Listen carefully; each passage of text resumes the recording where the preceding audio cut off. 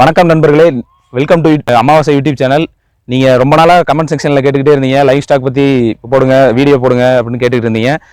இன்றைக்கி நம்ம ஆட்டு பண்ணைக்கு வந்திருக்கோம். ஆட்டு பண்ணை வந்து ஆடு வளர்ப்பு, அதில் பராமரிப்பு, நோய்கள் அது சம்மந்தமாக பார்க்க போகிறோம்.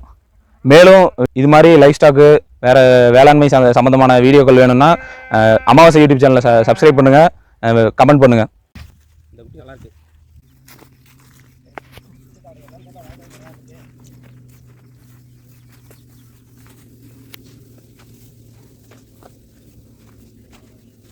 வணக்கம் ஐயா, இப்போ உங்களை பற்றி சொல்லுங்கள் ஐயா.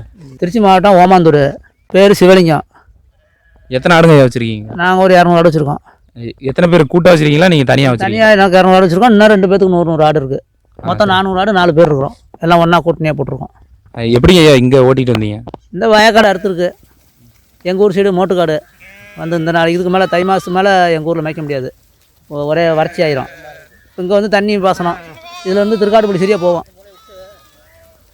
இப்படி காட்டுங்களில் கிட வைப்போம். சரி, எத்தனை வகையான ஆடுங்க வச்சுருக்கீங்க? ஆடு ஒரே வகை தான், செம்பரி ஆடு மட்டும்தான்.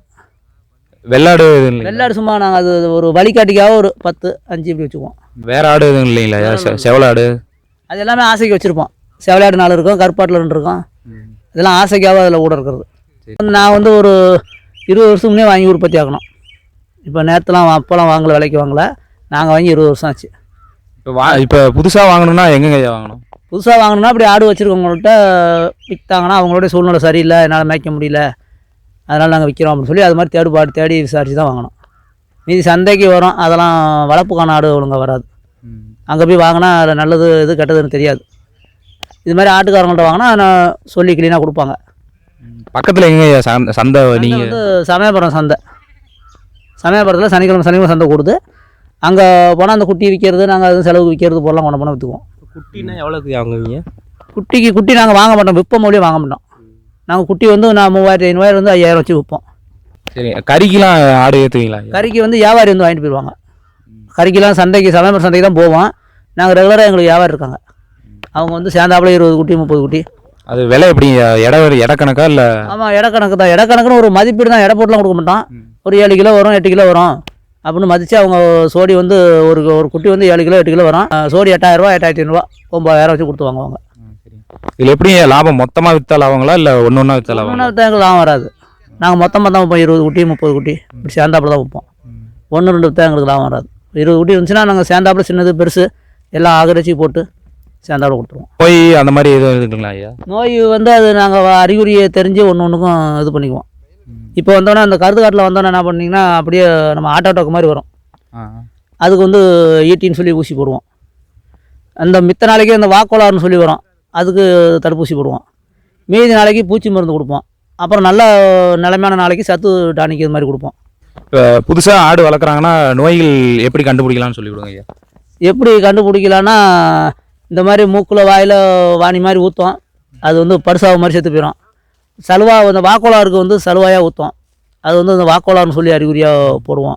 அதுலேயே பார்த்திங்கன்னா மண்டை வீங்கி வரும், அது ஒரு நோயின்னு சொல்லி அதுக்கு இந்த புல்டாங்கன்னு சொல்லி அது ஒரு மருந்து கொடுப்போம். இப்படி பல இது ஒவ்வொன்றும் வரதை பார்த்து போடுவோம். மித்தது வந்து அதிகமாக வராது. இந்த கழிச்சு நோய், வெக்க நோயின்னு வரும், அதுக்கு தடுப்பூசி கொடுப்போம். இப்போ வந்து இந்த அங்கங்கே அம்மா வருது அப்படின்னு ஒரு பொருளைக்கு வந்திருக்கு.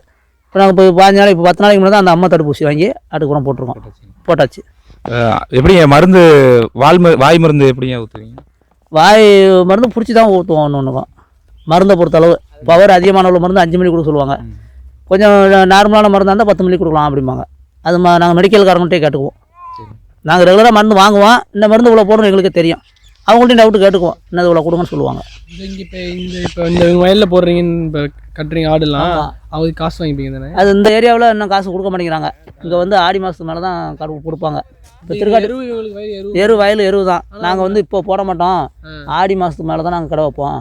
அப்படி போட்டுக்கிறோன்னா போட்டுக்கம்பாங்க. நம்ம சேஃப்டிக்கிட்டு போட்டுக்கிட்டு இருந்துருவோம். 4 மணி நாள் நாங்கள் அள்ளிட்டு திருக்காட்டுப்பள்ளி போயிடுவோம். அங்கிட்டு வந்து 2 போகம் சாகுபடி பண்ணுவாங்க, அதனால் அவங்க கடை போடுவாங்க, எங்களுக்கு காசு கொடுப்பாங்க. இங்கெல்லாம் கொடுக்க ஆட்டை பொறுத்து ஒரு ஆட்டுக்கு 1 ரூபா மேனி கொடுப்பாங்க குறைஞ்சது. இப்போ இதில் 500 ஆடு இருக்கும், 500 ரூபா கொடுப்பாங்க ஒரு நாளைக்கு. ஒரு நாளைக்கு எத்தனை வயலில் தங்க வைக்கலாம் ஆட்டை? ஒரு நாளைக்கு வந்து ஏக்கருக்கு 3 நாளைக்கு தங்க வைக்கலாம். 3 நாளைக்கு ஒரு ஏக்கருக்கு ஒரு 1500 கொடுப்பாங்க. குட்டிங்களை எப்படிங்க பராமரிக்கிறீங்க? குட்டி வந்து போட்டுச்சுன்னா ஒரு 20 நாளைக்கு கொடாப்பிலே அடைச்சிருவோம். போட்டோன்னே என்ன பண்ணுவீங்க? என்ன ஃபஸ்ட்டு ப்ராக்டிஸ் என்ன பண்ணுவீங்க? போட்ட உடனே அது தாய்ப்பால் குடிச்சிக்கும். எதுவுமே பண்ண மாட்டேன். எதுவுமே பண்ண மாட்டோம். போட்ட உடனே சுடுதண்ணியில் கழுவுறது அதாவது எந்த வேலையும் கிடையாது. போட்ட அந்த பாருங்க ஒரு குட்டி போட்டுருக்கு ராத்திரியில். அந்த குட்டி அப்படியே தான் பால் அதாவே எந்திரிச்சு ஊட்டிடும். சில குட்டி கொஞ்சம் சத்து குறைவாக இருந்துச்சுன்னா அது கொஞ்சம் எந்திரிச்சு ஊட்டாது. அதை நம்ம பிடிச்சி ஊட்ட அடிக்கணும். அது 15 நாளைக்கு எந்த மருந்து கொடுக்க மாட்டோம். 15 நாளைக்கு அப்புறம் தான் அதுக்கு புரோட்டானோ ஏதோ அப்படி கொடுப்போம். பெரும்பாலும் இந்த நாளைக்கு குட்டிக்கு ரொம்ப கொடுக்க மாட்டோம். அந்த மழை காலத்துக்கு தான் அடிக்கடி கொடுப்போம். இதெல்லாம் 15 நாளைக்கு கிடப்போம், ஆட்டில் ஓட்டி விட்ருவோம். அது பாட்டு மேய்ஞ்சி வந்து பாலை கொடுத்து தண்ணி குடிச்சு வந்துடும். குட்டிகளில் எதுவும் நோய் வருமா ஐயா? வரும், குட்டிங்களுக்கு நிறையா வரும். அது மாதிரி வெக்க நோய் வரும், கழிச்ச நோய் வரும், இந்த மாதிரி பல நோய் வரும். அது அதுக்கு பார்த்து நாங்கள் ஊசி கொடுக்கணும். குட்டி குடிக்கலனாக்கா நாங்கள் ஊசி உடனே ஊசி போடுவோம், இல்லைனா மருந்து அதுக்குள்ளே மருந்து கொடுப்போம். மழை காலத்தில் என்ன பண்ணுவீங்க? மழை காலத்துக்கெல்லாம் எங்கள் ஊர் ஓமாந்தூர் ஃபாரஸ்ட் இருக்குது, பூரா மோட்டுக்காடு, அதில் மேய்ப்போம். அதுக்கெல்லாம் படுதா போட்டுக்குவோம். மழை நாளைக்கு நம்ம ஆடுக்கு தேவையான படுதாவை நீட்டி விட்டு போட்டு சேஃப்டியாக வச்சுக்குவோம். குட்டிங்களுக்கு கொட்டாய் போட்டு தலை வெட்டி கட்டி தண்ணி வச்சு அங்கே பராமரிப்போம். இங்கே வந்துட்டு ஆட்டில் ஓட்டி விட்டுருவோம். வெயிலெலாம் எந்த பாதிப்பும் கிடையாது. அது பாட்டு மேய வேண்டியதான். மரம் கண்டதாலும் நிழல் நின்றுக்க வேண்டியதான். அதுக்கு இருக்க உடம்பு தாங்கலை அப்படின்னா செத்த அந்த அப்படியே மரத்தில் செத்து நிற்கும். அப்புறம் போய் அது பாட்டு மேயும். தண்ணி காட்டுறதெல்லாம் தண்ணி காட்டுறது குட்டை குளம் பார்த்துக்குவோம். இல்லைனா மோட்ரு யார்கிட்ட பம்பு செட்டில் காமிச்சிக்குவோம். நான் வைக்க எவ்வளோ செலவு? ஆடு பண்ண வைக்க நான் 20 வருஷம் முன்னே வாங்கினேன்ப்பா. அன்னைக்கு வந்து ஒரு 75,000 1 லட்ச ரூபாக்குள்ளே தான் அன்றைக்கி கொள்முதல் பண்ணோம். இப்போ ஆரம்பிக்கணும்னா எவ்வளோங்க ஆகும்? இப்போ ஆரம்பிக்கணும்னா இன்றைக்கி 20 லட்ச ரூபா வேணும். வருஷத்துக்கு சேதம் ஆகாமல் இருக்கணும்.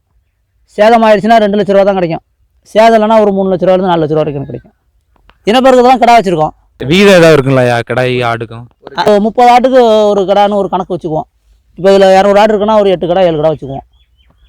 அது ஒருத்தரை பொறுத்த ஒருத்தர் கூட 4 கடை வச்சுக்குவாங்க, ஒருத்தர் கம்மியாக வச்சுக்குவாங்க. ஆடு ஒரு வருஷத்துக்கு ஒரு குட்டி தான் போடும். ஆடு இந்த வருஷம் இப்போ போடுச்சுன்னா அடுத்த வருஷம் தான் போடும்.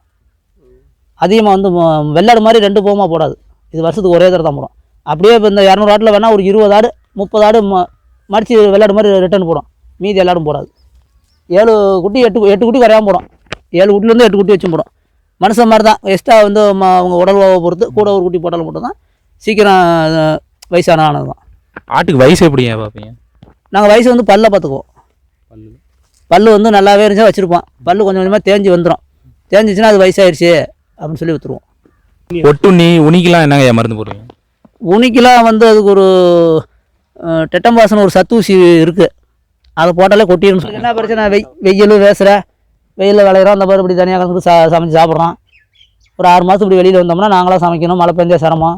இப்போ இந்த சிரமங்கள் வந்து நிறையா. இந்த வெயில் தாங்காமல் தலையில் துணி போட்டு தெரியணும். தண்ணி சில இடத்துல கிடைக்காம இங்கே தெருக்காட்டு ஓடணும். சிரமங்கள் வந்து அதிகம். 6 மாதம் சிரமம் இருக்காது. அந்த மழை நாளைக்கு சிரமம் இருக்காது. இந்த நாளைக்கு எங்களுக்கு சிரமம் தான். கணக்கெல்லாம் கரெக்டாக வச்சுப்பீங்களா? இவ்வளோ ஆடு இருக்குது, டெய்லியும் எண்ணிடுவீங்களா? உங்களுக்கு சந்தேகப்பட்டால் எண்ணிக்குவோம். இப்போ ஒரு வாரம் ஆச்சுனாக்கா யாராவது ஊட மாட ஒன்றா வந்துச்சுன்னா அப்புறம் ஒரு நாளைக்கு எண்ணி பார்ப்போம். குறைஞ்சிச்சின்னா அக்கம் பக்கம் இருக்கிற ஆட்டுங்களை தேடி கொண்டு வந்துடும். கரெக்டாக வந்துடும். அதான் வராது, நம்ம போய் கொண்டாடணும். கிடைச்சாலும் கிடைச்சது தான். அங்கங்கே மிஸ் ஆகி போனாலும் போனது தான். மேய்க்கிறதுக்குலாம் எப்படி ஆள் வச்சுக்கிறீங்களா? நாங்களே மேய்ச்சிக்குவோம். நீங்களா மேய்ச்சிங்க? ஆளுலாம் வச்சுருக்காங்க இல்லையா ஒரு சில இடத்துல, அதுக்கெலாம் எவ்வளோங்க ஐயா கூலி நீங்கள் என்ன நினைக்கிறீங்க? அவங்களுக்கு கூலி வந்து ஒரு வருஷத்துக்கு 70,000 80,000. அவங்களுக்கு சாப்பாடு துணிமணி எல்லாமே செஞ்சு அவங்களுக்கு வருஷத்துக்கு 70,000 80,000 கொடுப்போம். அவங்களுக்கு கஷ்டம்னாக்கா இப்போ 10-50 காசு எக்ஸ்ட்ரா கொடுப்போம். இந்த காலை நேரத்துலையும் எங்களுக்காக நேரம் ஒதுக்கி சொன்னதுக்கு ரொம்ப நன்றிங்க ஐயா. தேங்க்ஸ்.